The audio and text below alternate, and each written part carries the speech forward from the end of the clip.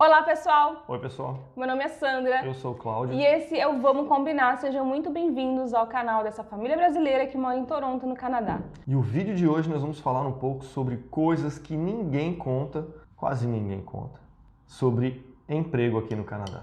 Bora lá!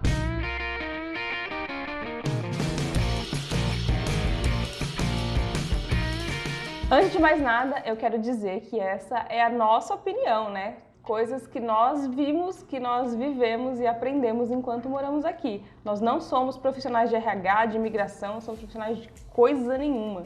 Então, é só nós passando a nossa experiência para vocês. Espero que possa ajudar de alguma forma. E já lembra-se de se inscrever no canal se você ainda não é inscrito. Toda semana trazemos um vídeo falando sobre Canadá, imigração, curiosidade, várias coisas que a gente coloca aqui no canal para vocês. Já dá um like nesse vídeo e bora pro vídeo. Partiu.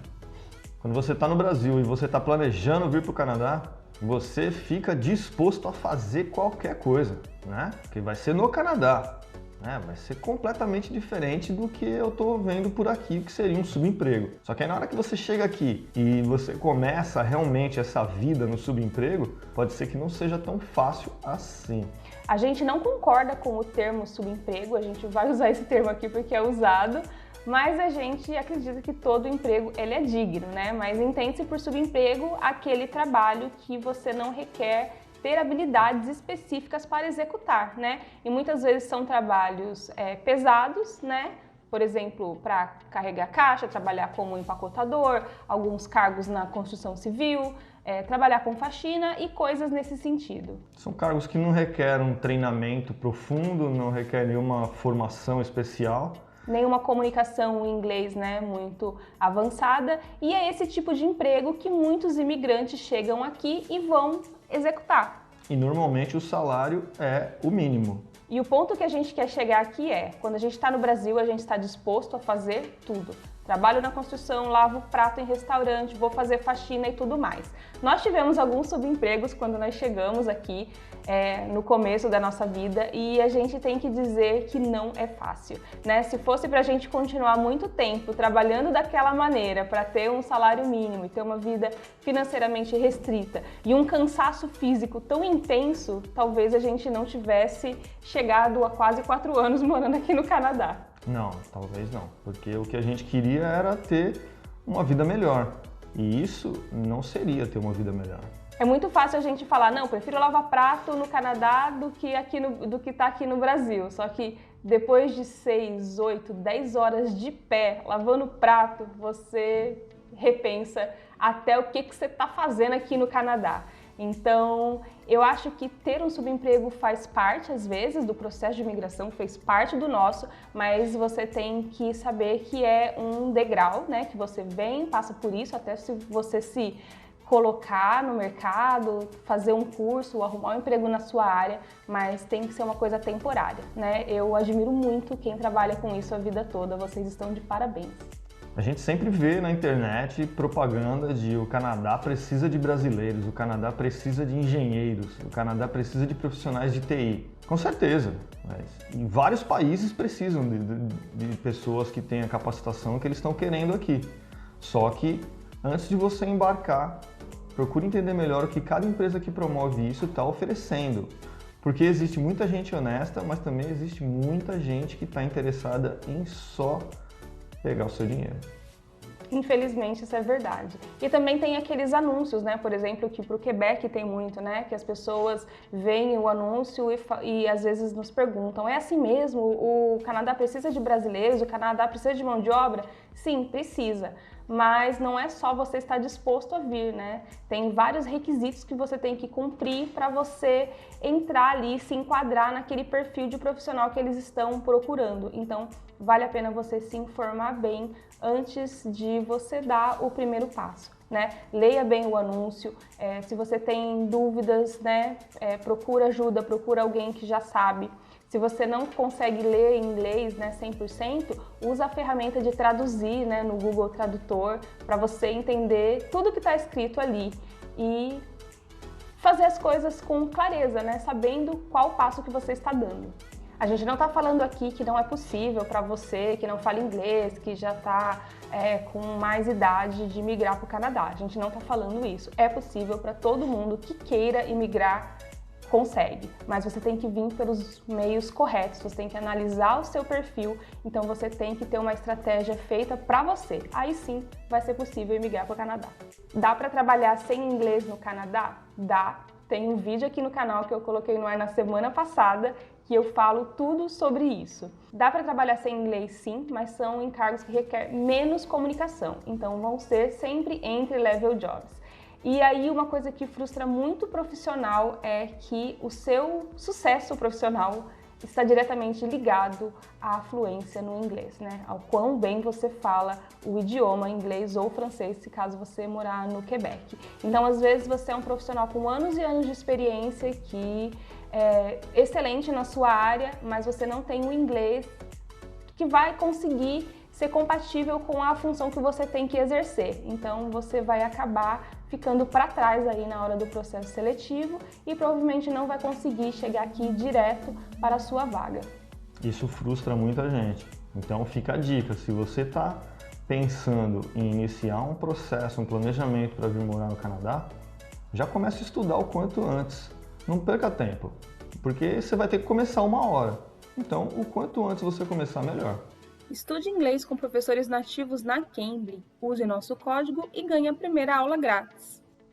Existe um mito aqui que quando nós chegamos, as pessoas falavam pra gente, olha, as empresas não podem perguntar qual que é o seu status no país, né? Se você é residente permanente, se você tem um work permit, se você está ilegal. O governo proíbe as empresas de perguntar o seu status. Isso é mito.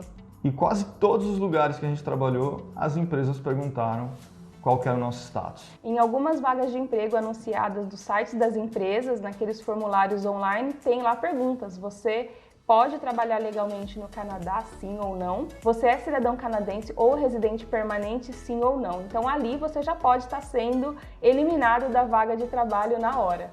Sem contar que algumas ofertas de trabalho que você vê na internet ou nos jornais, já está escrito somente para residentes permanentes ou cidadãos. Então isso acontece muito, né? As empresas perguntam sim se você é residente permanente ou não, e quando você é contratado, eles pedem uma cópia do seu work permit. Algumas vezes o contrato de trabalho é feito como temporário, limitado à data que está no seu work permit. Foi o que aconteceu comigo na primeira empresa que eu trabalhei na minha área aqui. Era uma empresa muito grande, multinacional, que tem várias unidades no Canadá e fora do Canadá. Eles pediram o meu work permit e eles me deram um contrato temporário até a data de expiração do meu work permit. Que naquela época era de 1 ano, né? Porque a gente veio para fazer um curso de 1 ano. E quando foi chegando perto da data, eles já cobraram se o Cláudio ia ter outro contrato ou não. Aí nós renovamos o nosso work permit e aí eu consegui renovar o meu contrato com a empresa, mas continuou com a data temporária. E a parte chata desse contrato é que o Cláudio não tinha direito aos benefícios que os outros funcionários regulares tinham. Por exemplo, férias remuneradas, sick day, os bônus da empresa, previdência privada e vários outros bônus que a empresa paga para os funcionários, e o Cláudio não tinha direito a nada disso. Não, convênio médico, participação nos lucros, eu não tinha direito a nada disso. E eu achava que era normal, porque foi a primeira empresa que eu entrei para trabalhar na minha área e eu achava que esse procedimento era normal, afinal de contas eu era um residente temporário aqui, né? Eles não tinham como investir tudo que poderia ser investido em mim, porque eu poderia de uma hora para outra deixar a empresa. Isso era o que eu pensava. E eu estava redondamente enganado em relação a isso. A gente só percebeu esse problema quando eu comecei a procurar emprego, né? Quando eu me formei e fui para o mercado de trabalho, e logo o primeiro emprego que eu entrei, eu fui contratada como uma funcionária regular, tinha direito a todos os benefícios que a empresa dava, as férias e tudo mais. E aí o Cláudio percebeu que não estava certo, né, pro lado dele, que podia ser melhor, né? Porque ele aceitou o contrato nesses termos e ele foi conversar com a empresa. E a empresa falou que não, que isso daí era a política da empresa e que eles não poderiam me oferecer nada além daquilo que estava no contrato. E aí eu procurei outro emprego e falei, muito obrigado, foi bom trabalhar aqui. E aí eu fui para uma empresa que eu tinha direito a todos os benefícios, como todos os funcionários da empresa. E engraçado que a empresa do Cláudio, quando ele começou a falar com o gerente dele sobre esse assunto, ele sempre falava, quando você vai ter residência permanente? Quando você vai trazer seu cartão de residência permanente para a gente poder te contratar como funcionário, como todos os outros. Então foi uma situação bem chata, né, que a gente passou aí. No começo a gente não tinha ideia, porque a gente era novo aqui no país e a gente não estava bem informado sobre isso. E quando a gente percebeu que a gente estava sendo, não lesado, né, a gente nem pode dizer lesado, porque esse emprego foi muito bom para o Cláudio, né, foi um emprego que sustentou a nossa família aí por todo o período do college, né. E era uma ótima empresa, um ótimo ambiente, o Cláudio gostava muito de trabalhar lá e saiu só por causa desse detalhe. Mas o meu gerente, ele me perguntava, não porque ele estava com outros interesses, é porque ele estava preocupado em que eu tivesse realmente todos os benefícios, porque era uma política da empresa. E depois eu acabei percebendo que eles não têm esse interesse em conhecer o que acontece na vida de pessoas que estão imigrando. Para eles, o que está acontecendo dentro da empresa ali é o normal. Eles não saem pesquisando todas as empresas, como que as empresas tratam os imigrantes e tal. Então, a preocupação maior dele era que eu tivesse todos os benefícios e que eu me sentisse mais confortável. Só que eu via que eu não ia conseguir esses benefícios tão rápido, porque a gente ainda tinha alguns degraus para chegar. Então, eu achei melhor deixar a empresa e buscar um lugar onde eu fosse tratado de forma igual com todo mundo. Engraçado, Cláudio, ter comentado isso, que os RHs da empresa não sabem como é o processo de imigração de estrangeiros aqui para o Canadá. A empresa que eu trabalho hoje, eles nunca me perguntaram se eu era residente permanente, temporária, se eu pretendo ficar no Canadá ou não. Simplesmente eles me contrataram pelo profissional que eu sou, pediu o meu SIN number. Como eu tenho SIN number, então eu posso trabalhar legalmente aqui no Canadá. E a única vez que eles questionaram foi quando a minha documentação do seguro de vida foi para o banco e o banco percebeu que eu era residente temporária e aí tinha um formulário diferente a ser preenchido. Foi aí que minha chefe perguntou, mas foi a única vez. Então, se você vai para o seu primeiro emprego aqui, vá um pouquinho mais preparado, entendendo como funciona o mercado. Não seja essas pessoas. E o último ponto desse vídeo é para falar como as pessoas que já vivem aqui, canadenses ou não, interagem com a gente, que não temos o inglês como a primeira língua. Bom, quando você lida com essas pessoas de uma forma amigável, na rua, no college, é um ambiente 100% acolhedor, né? Todo mundo se ajuda, mas no mercado de trabalho nem sempre é assim. Nós temos situações diferentes aqui que a gente quer contar para vocês. Em todas as empresas que eu trabalhei, todos os contatos que eu tive com canadenses foram fantásticos. Eles sempre tiveram paciência comigo, eles sempre ouviram, repetiram, sabia que tinha uma certa dificuldade na comunicação, não tão grande assim, mas existia uma dificuldade. E eles sempre foram pacientes. Agora, eu já tive bastante problemas com imigrantes, assim como eu, que está vivendo aqui há mais tempo, que já está vivendo no inglês há mais tempo, e essas pessoas, por incrível que pareça, deveriam ter um pouco mais de paciência, porque passaram pela mesma situação que a gente, acabaram não tendo tanta paciência. Isso daí me deixou um pouco chateado. Bom, no meu caso, como eu trabalho como assistente administrativo, então falo no telefone com bastante pessoa, né, tenho que ter uma comunicação boa.